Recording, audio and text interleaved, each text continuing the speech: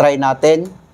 Ayan, gumana ang M1. Pagtanggalin natin to, counting tayo ng 20 seconds or 18 seconds. 1, 2, 3, 4, 5, 6, 7, 8, 9, 10, 11, 12, 13, 14, 15, 16, 17, 18, 19, 20, 21. Ayan, 20 seconds guys, mamamatay siya.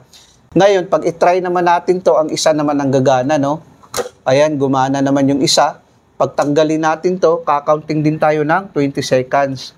1, 2, 3, 4, 5, 6, 7, 8, 9, 10, 11, 12, 13, 14, 15, 16, 17, ayan, 17 seconds guys. Sabihin na lang natin kung ating i-round off 20 seconds bago kompleto mamamatay ang contactor natin. Bali, ganun ang function niya guys. Salitan sila, hindi sila magkasabay. Gusto ko lang i-share sa inyo guys regarding na naman dito sa K-card switch kung paano natin to gagamitin na ating ilagay sa dalawang contactor. Bali, ang function nito, alternate function siya. Bali, pag gana ng isa, tapos pag tanggalin natin tong card, dahil ang design nito, mayroon siyang delay, mga 20 seconds bago mamamatay yung isang contactor. Pag ilagay naman natin ulit ang card, ang isang contactor naman ang gagana, no? Tapos pag tanggalin natin, may 20 seconds siya na delay, saka siya mag-off ang isang contactor. Ganun ang gagawin natin guys. Dahil ito siya guys, hindi lang ito pang ilaw, pwede rin natin ito gagawin sa ating control sa dalawang contactor na alternate function. Yun ang gusto kong ituro sa inyo. Kung makikita natin dyan sa picture guys, mayroon niyang load, tapos yung L, yun na yung line, at saka neutral, no? Ang voltage na kaya niyang madala ay 175 volts hanggang to 20 volts ang pwede natin isupply sa device na ito, itong K-card switch natin. Tapos ang kanyang ampacity niya ay 40 ampere. So ibig sabihin, 40 ampere ang kaya niyang ma-carry, no, na load.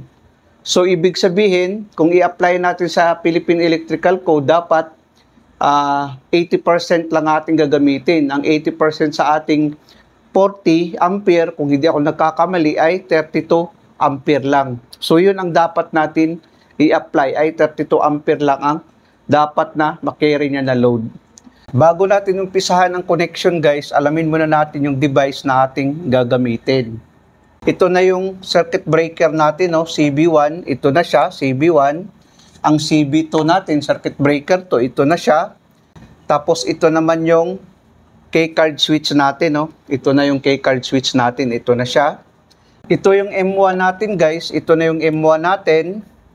Magnetic contactor 1, M2 natin, magnetic contactor 2, ito na siya. Tapos ang relay natin, ito na siya, no? Ang relay natin guys ay 14 pins, no? Lahat ito guys ay 220 volts ang kanyang supply. Tapos ito naman yung sa ilaw natin, no? Lamp 1 at saka lamp 2, no? Lamp 1, lamp 2, 220 volts din. Bali, ang contact nito guys, ito na yung M1, ang contact ng M1, no? Contact ng M1, tapos contact naman ng M2 natin. Ito, no? Ang contact ng M2 natin, mayroon siyang numbering, no? Kung makikita natin. So ngayon guys, umpisahan natin ngayon na ating i-wiring, no? Para makita din ng mga baguhan kung paano natin i-wiring, no? Una nating i-wiring sa line 1, no? Papunta sa L ng ating K-card switch. Ibig sabihin sa line din, no? Ilagay natin. Ibig sabihin guys, galing dito, papunta ngayon dito, no? Kung makikita natin. Lagay natin dito.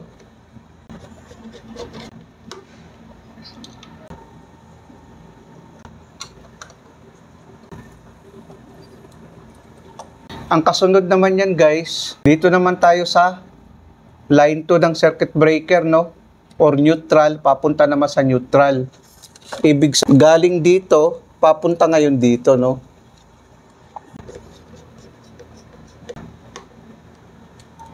Dapat guys, nakapatay yung circuit breaker natin, no? Para hindi tayo makuryente.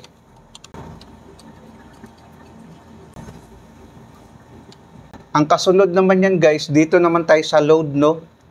Sa load, papunta ngayon sa relay natin na normally close. Ibig sabihin, galing dito, papunta ngayon dito.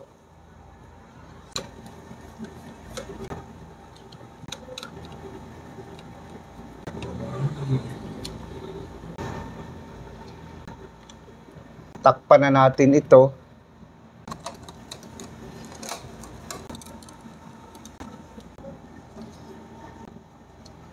Ang kasunod naman yan guys, mayroon na tayo dito, no? Mag-jumper naman tayo dito ngayon, mag-jumper tayo, no? Papunta sa M1 natin, normally open.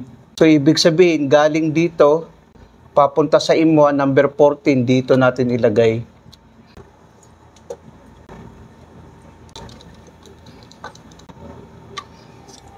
Tapos lusot naman dito sa kabila, no? Sa R natin, sa relay, number 4, papunta sa number 13, no? Ibig sabihin, galing dito, papunta ngayon dito.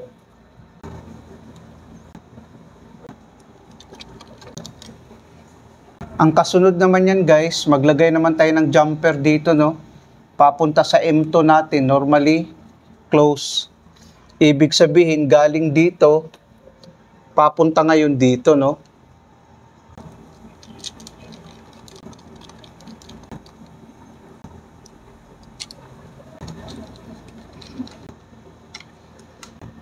Tapos lusot naman dito sa kabila, no?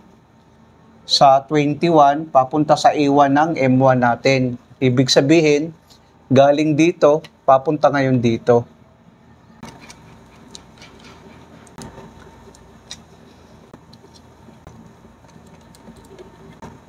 Ang kasunod naman guys, maglagay naman tayo dito, no?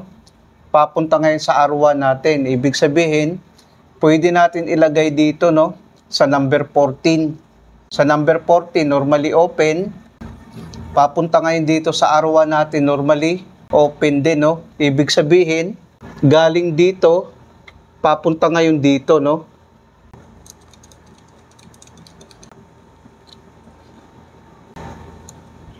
Tapos maglagay naman tayo dito guys ng jumper, papunta naman sa M2 natin. Normally open, number 14. So ibig sabihin, galing dito, papunta ngayon dito.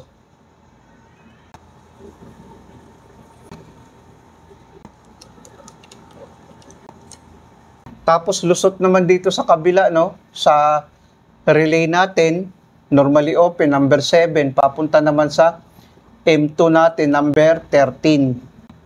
M2 natin, no? Number 13. Ibig sabihin, galing dito, papunta ngayon dito.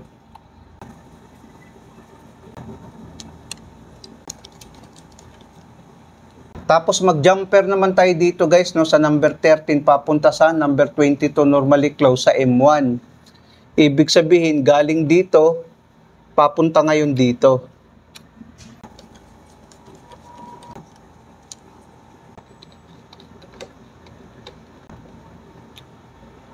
Tapos lusot naman dito sa kabila, no, sa M1 natin, normally close number 21, papunta ngayon sa A1 ng M2 natin. Ibig sabihin, galing dito, papunta ngayon dito. Sundan lang natin tong diagram guys, para hindi tayo malito. Tapos itong wire natin, pag gawin nyo na sa actual, ilagay natin sa trunking, para hindi kalayat. Tingnan.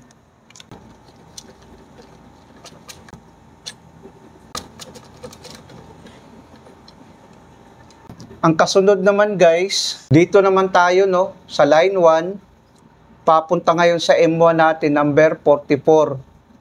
Ibig sabihin, line 1 natin, no, sa circuit breaker 1, galing dito, papunta ngayon dito, sa M1 natin.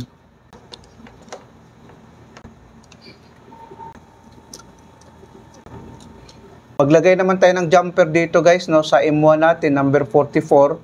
Papunta ngayon sa relay natin, number 10, normally open. Ibig sabihin, galing dito, papunta ngayon dito.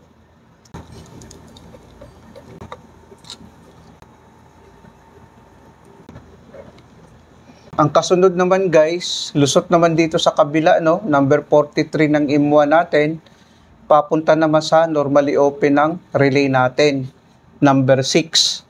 So, ibig sabihin, galing dito, papunta ngayon dito.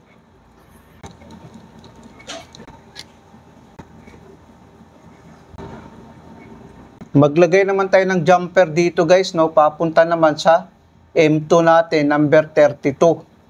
Galing dito, papunta ngayon dito.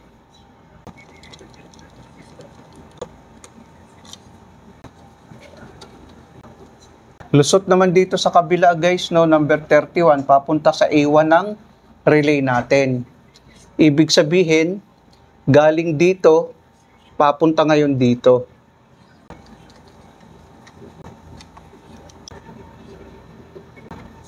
Dito naman tayo sa ano, no? Sa neutral, papunta ngayon sa M1 natin A2. Ibig sabihin, galing dito, papunta ngayon dito sa M1 natin.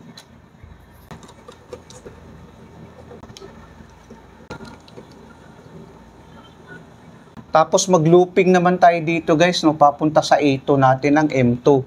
Ibig sabihin, galing dito, papunta ngayon dito.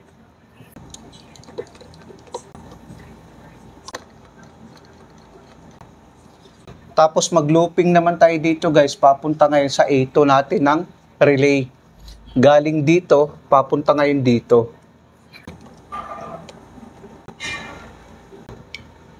Ngayon guys, tapos na tayo dito. Ngayon sa power circuit naman tayo, no?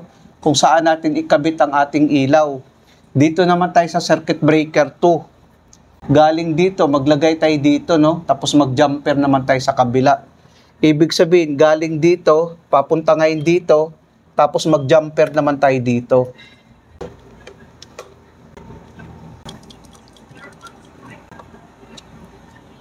Tapos ilagay naman natin dito sa kabilang M2, no? Dito. Ito siya, ilagay natin dito. Para to sa ating ilaw, guys. Ang kasunod naman yan, galing sa neutral natin, no? Sa line 2 ng circuit breaker, papunta naman dito at saka papunta din sa kabila, no? Ibig sabihin, galing dito, papunta ngayon dito, papunta naman dito.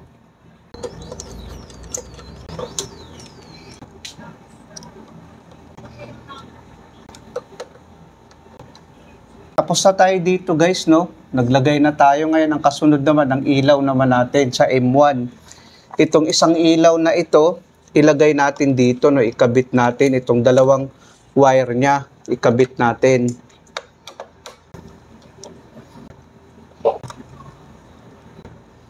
Tapos dito naman sa kabila, no, itong dalawang wire, ikabit natin dito, no, sa number 2 at saka number 6, itong dalawang wire na ito.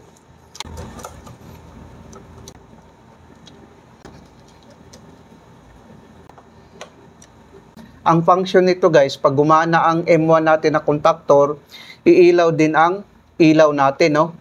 Pag mamamatay, mamamatay din. Ang M2 naman, ganun din, no? Pag gumana ang M2 natin, gagana din ang ilaw natin. Pag mamamatay, mamamatay din ang ilaw natin. I-on natin ang ating circuit breaker. On natin ang dalawa. Paglagyan natin to ng card guys, ang unang gumana ang M1. Pagtanggalin natin, 20 seconds ang delay bago mamamatay ang M1. Mamamatay din ang ilaw natin. Try natin guys. Ayan. Gumana ang M1 natin guys, no? Pagtanggalin natin to guys, mag-counting ka ng 20 seconds bago mamamatay ang M1 natin. Kung makikita natin guys, no? Antayin lang natin mga 20 seconds or 17 seconds, mamamatay tong ilaw natin. Mamamatay ang contactor natin. Ayan. Namamatay sa guys, no, after 20 seconds. Pag i-insert naman natin to, gagana naman itong M2 natin. Try natin. Ayan, gumana naman yung M2 natin guys, no. Ganun ang ano niya guys, alternate function siya. Kung makikita natin dito, no, how to use keycard switch connected to contactor. Alternate function. Nakakonect sa dalawang contactor, pero alternate function siya. Kung tatanggalin natin to guys, mag-counting tayo ng 20 seconds. Dahil 20 seconds ang delay nito, itong device na ito, mamamatay ngayon ang contactor natin. Try natin. 1, 2, 3, 4, 5, 6, 7, 8, 9, 10, 11, 12, 13, 14, 15, 16, 17, 18, 19, 19 or 20 seconds, no? Mamamatay siya.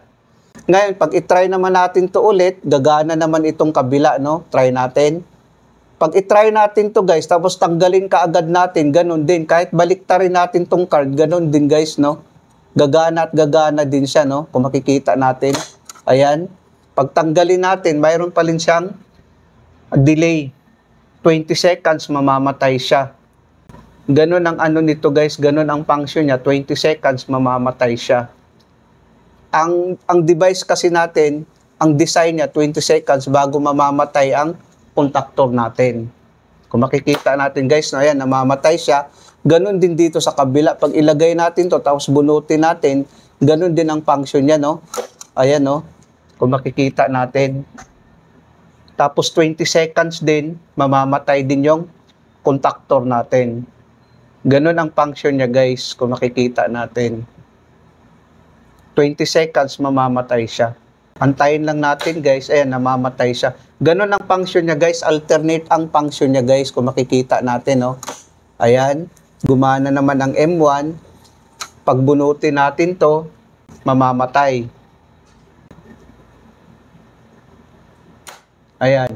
Tapos ito naman, yung kabila naman ang gagana. Tapos pag tanggalin natin, 20 seconds, mamamatay naman. Ayan guys, namamatay siya. Sana guys, nakapagbigay ito ng konting kaalaman sa mga baguhan. Maraming salamat sa inyo guys. Hanggang sa muli.